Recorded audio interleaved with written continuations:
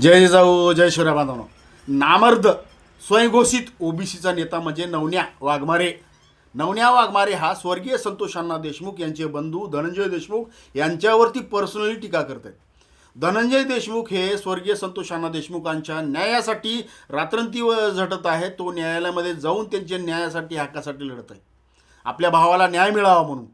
तरी तो नवनाथ वाघमारे ज्याची भावाची हत्या झालेली आहे त्यांच्या भावावरती म्हणजे धनंजय देशमुखावरती टीका करत आहे आणि जे आरोपी जे आहेत त्यांची बाजू तो घेत आहे.